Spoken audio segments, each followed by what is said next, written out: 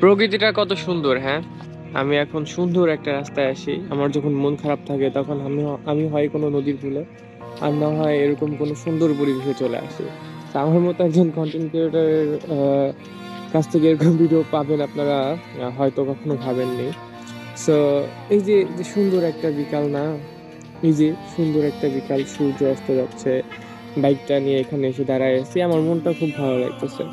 যদিও বাইকটা আমার না, আমার আব্বুর বাইক, কিন্তু অবসর সময় আমি আমার বাইক নিয়ে কাটাইতে পারি।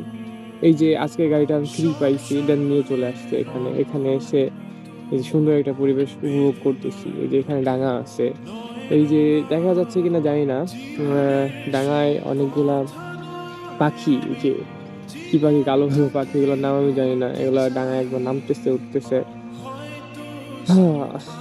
তো এই মুহূর্তগুলো অনেক ভালো লাগে।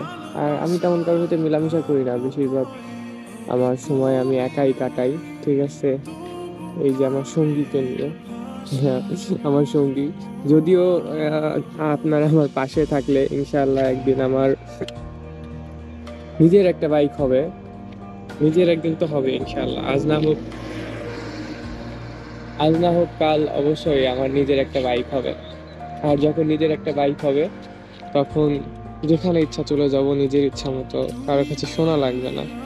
সো সেই দিনটার জন্য অপেক্ষায় আছি।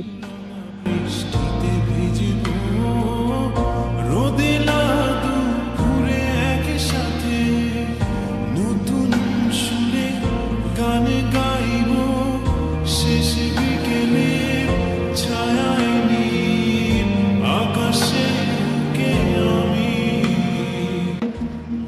গোপ্রো ক্যামেরায় বোঝা যাবে না, সূর্যটা অস্ত যাচ্ছে, ভালো লাগতেছে।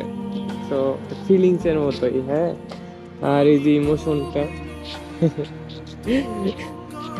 আমার বাপের বাইক।